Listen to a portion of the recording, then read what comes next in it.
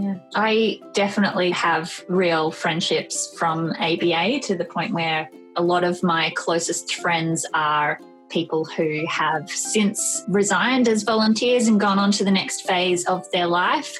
So they're not involved with ABA anymore, but they are still some of my closest friends. So it's really brought me a village that I will keep beyond babyhood.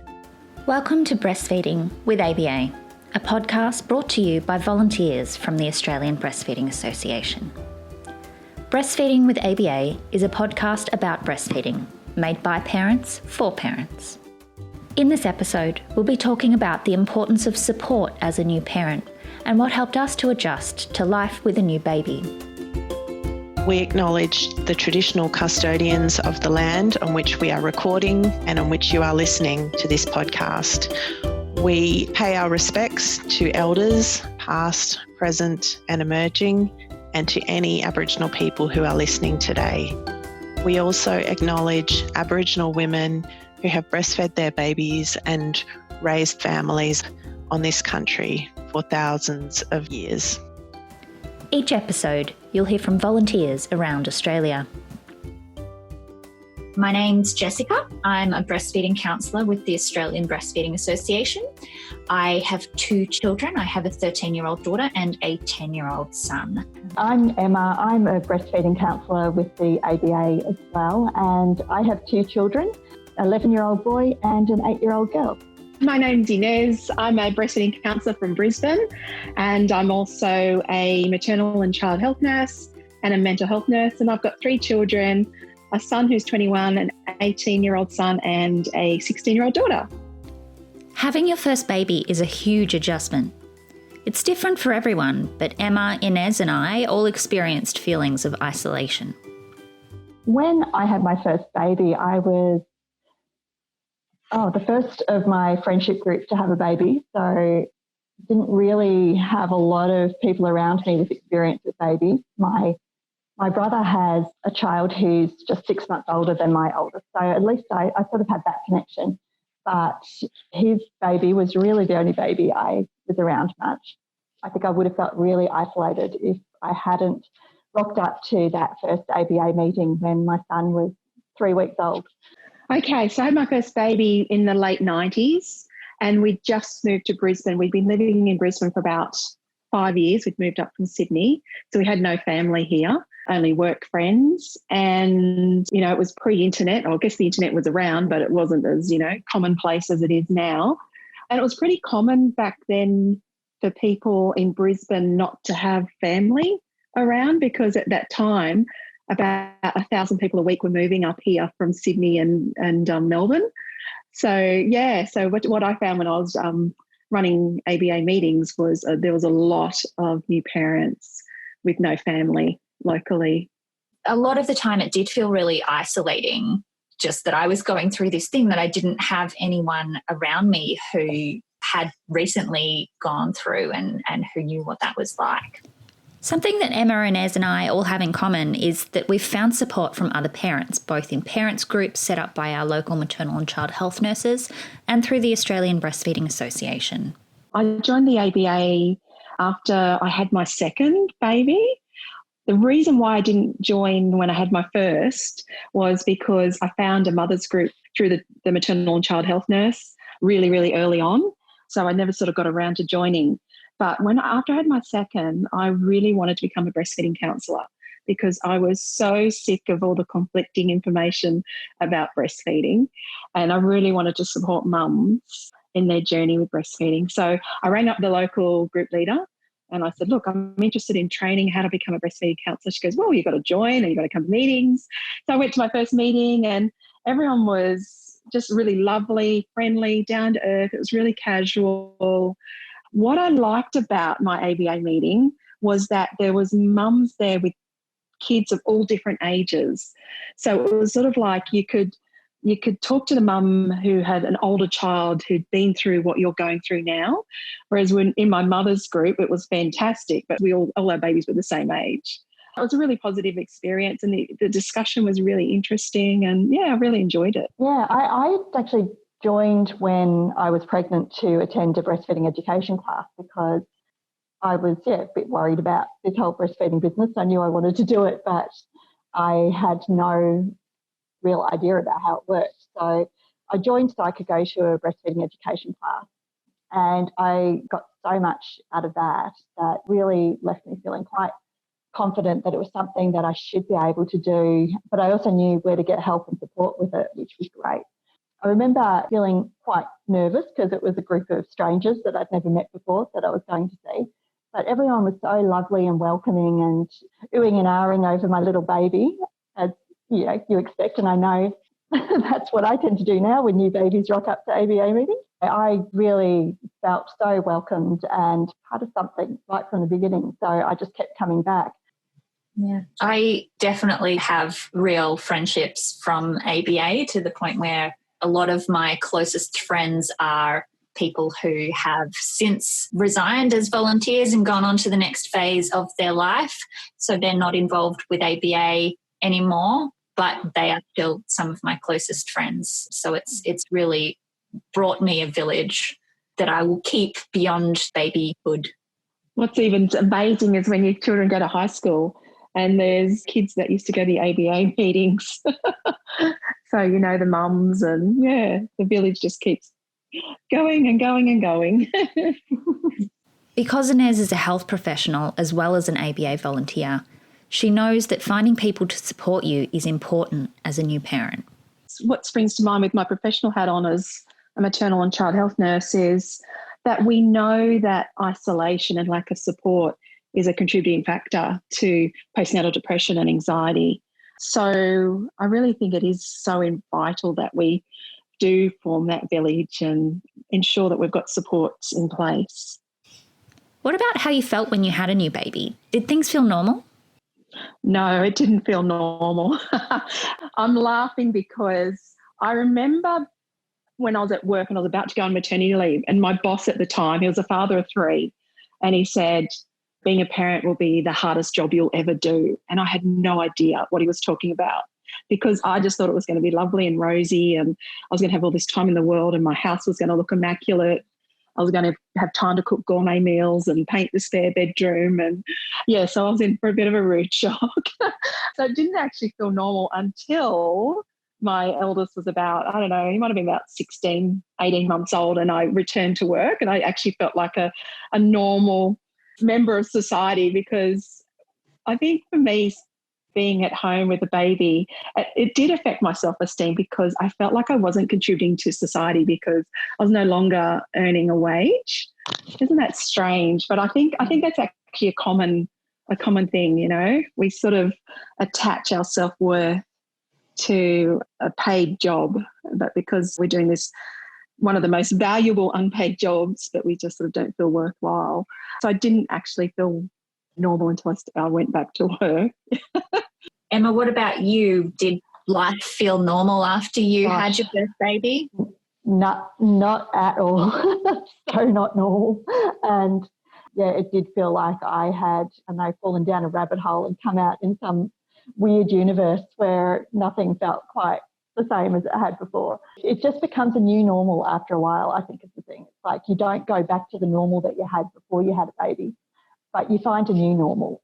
What other support did you have? For me, it was that initial mothers group that I went to at the suggestion of the maternal and child health nurse. I think our babies were all like 9, 10 weeks old when we all first met. And I think there might have been 8 of us. And this was like 21 years ago. And we're still in contact today. I actually minded a couple of the babies when their mums went back to work. So we did a lot of, babysitting swaps and even the babies within the mothers group, some of them are best friends now, and siblings of those babies are also best friends. So it was a really positive experience. I also had a lot of support from my mother-in-law, especially. She was a really great support. She came around to visit at least twice a week.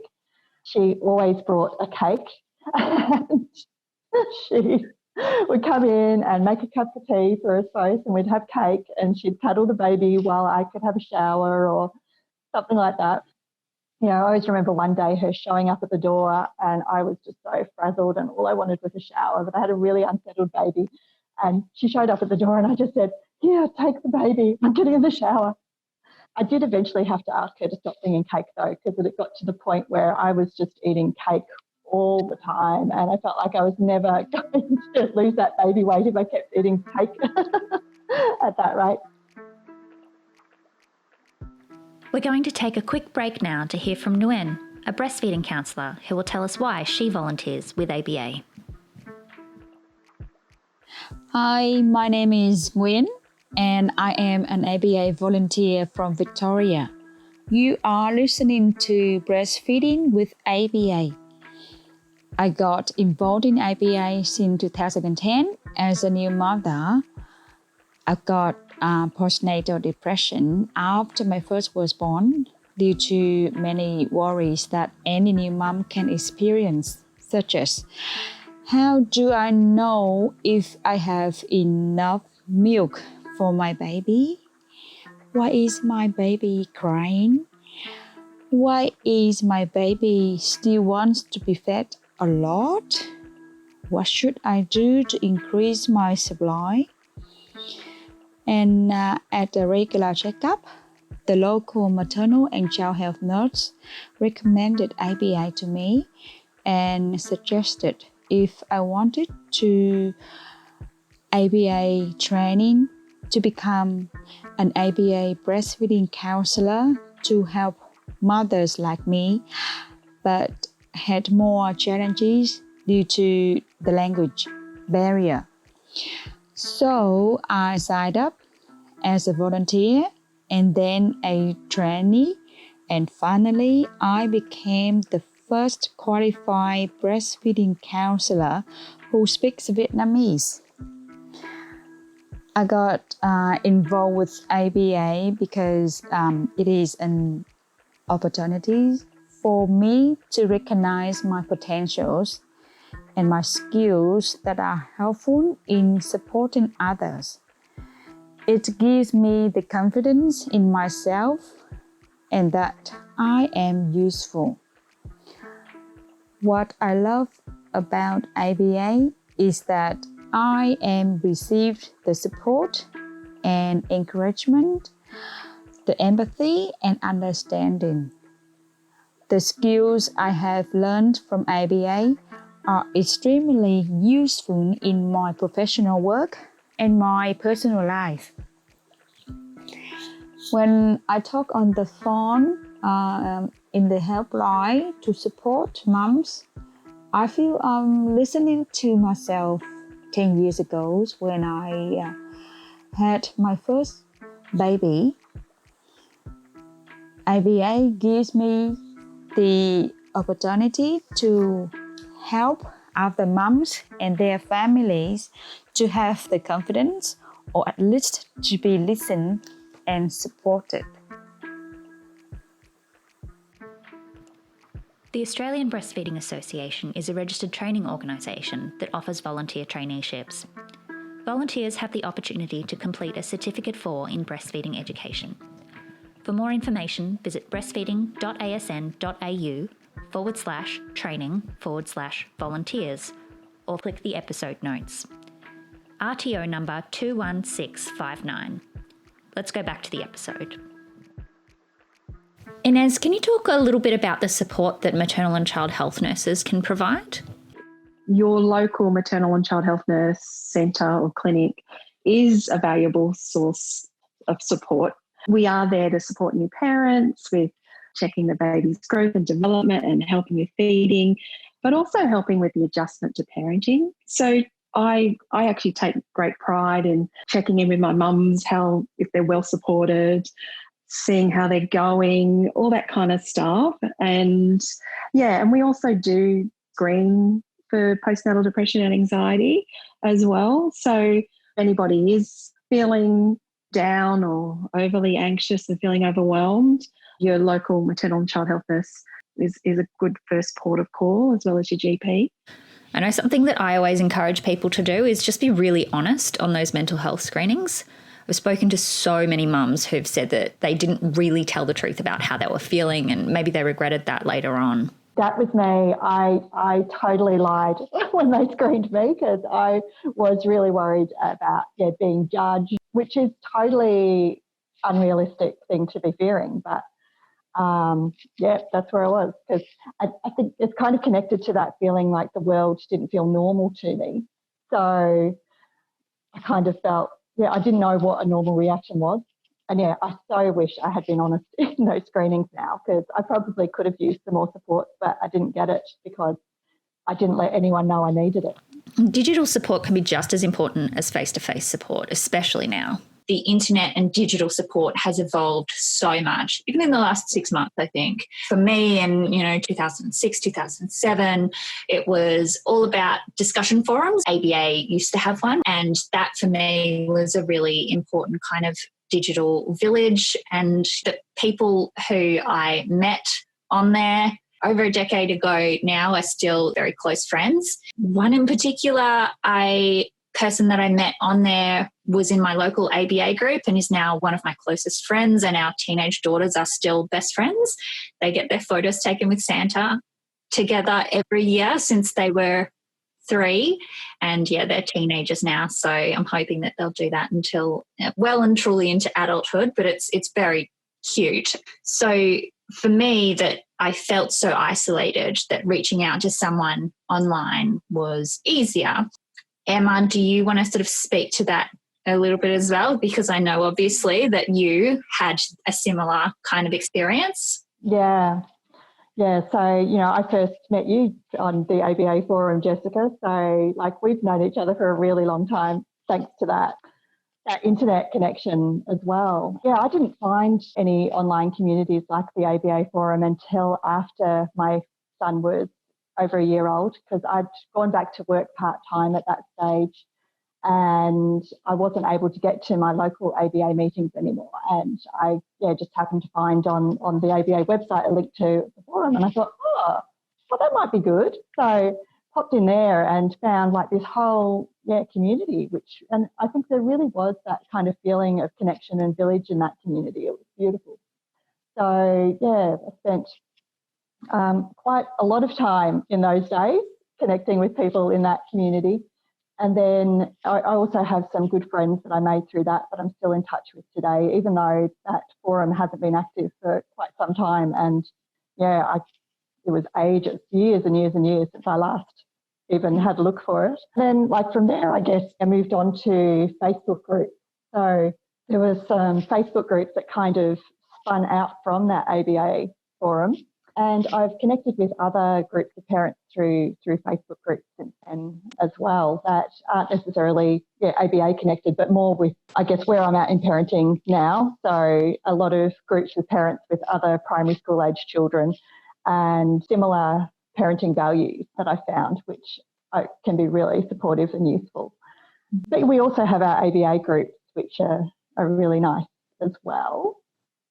And I think the forum that Emma and I were both involved with when our children were much younger has now been overtaken by that kind of Facebook thing, which is great. And I know that we now have Breastfeeding with ABA, the Facebook group, which is the companion group to this podcast. And when I kind of look through there, I really do get that same sort of feeling of a community of people supporting each other online that I used to when I was on that discussion forum that, doesn't really exist anymore. So that's really fantastic to have that around for mums now. And it's really just, we talk, it's a phrase we use a lot, but meeting mums where they're at. Mums are on Facebook. That's where the support that we offer each other should be, which is great. I really want to finish the podcast with this because I know that we all kind of touched briefly on the fact that life was difficult when we had our first new baby. So we all now have children who are not babies and of varying ages, from, Emma having primary school age children. I've got one in primary school, one in high school. And Inez, I know that you've got children in upper high school and completed high school. Yes. So it's a wide range. So what's life like now compared to having a new baby? Inez? Oh, I feel like I'm in the real reward stage now. I know people say that, having teenagers, will you wait until they're teenagers? But I really like the teenage phase. They became more independent. They could help out with cooking meals and unpacking the dishwasher and things like that. They still need to be reminded and nagged a few times, but I really enjoyed it. And I could sort of start gaining my own independence again too. No, I really enjoy it. Yeah, it's really good. I've been immersed in my new normal for 21 years, so yeah, I'm kind of used to it. Yeah, look, definitely, things are heaps different from when they were babies. My kids are at an age now where they are taking on more responsibilities, which is great. They're still not completely independent. They need a lot of help with these responsibilities, especially my youngest, who's 8. But yeah, my eldest will be starting high school next year, and he's definitely interested in, taking on more responsibilities and doing things like walking to the shops to buy milk for me and that sort of thing. He loves those little bits of independence and responsibility that he's able to have now that he's older. And yeah, life just feels more normal now. I feel like more like myself again, more able to connect with my other interests outside of motherhood, as well as, I still really enjoy though my connection with ABA, which is why I'm still here, even though my babies are not babies anymore. I've definitely experienced a similar kind of thing. My kids have grown older. They've got more independence. I don't need to monitor every little part about their lives. I definitely have found that as they've grown older, it's not necessarily that things get easier, it's that the challenges change, that I'm no longer in the phase of extreme sleep deprivation. I always say that really extreme sleep deprivation, it feels like you're looking through underwater, that you just can't even focus on one single thing. That was the normal reality for me for a really long time after having babies. And, now having a teenager and a primary school aged child, that isn't really the only time when I have that happen is, if I decide that I want to go out on the town and have a fun evening while they're with their dad. It's a very different thing to experience one night of sleep deprivation after fun than it is constant, never-ending sleep deprivation. But the challenges are still there. They're just very different. There are challenges to having children at school, and teenage hormones and things like that. It can be difficult. But if you have a new baby, you're not going to be dealing with those new baby challenges forever. It does change. It does get easier. Absolutely. And I think for me, being still involved with ABA, and I'm the group leader of my local group now, and I sometimes have a moment where I just notice that I've sort of taken on that role now, that I remember the ones with older children and the breastfeeding counsellors from my early days of the ABA had, where I'm there to support the newer mums now. And that's really nice to be in that role now, being the one who's there to support more so than be supported. For more information and links, please check the episode notes. For breastfeeding information or to access live chat with a qualified volunteer, visit breastfeeding.asn.au. You can speak to a breastfeeding counsellor on the National Breastfeeding Helpline on 1800 Mum to Mum or 1800 686 268. The Australian Breastfeeding Association receives funding from the Australian Government. Search for Breastfeeding with ABA on Facebook to continue the conversation. Make sure you answer the joining questions so we can add you quickly. Please rate, review and subscribe to Breastfeeding with ABA. Thank you for supporting the Australian Breastfeeding Association.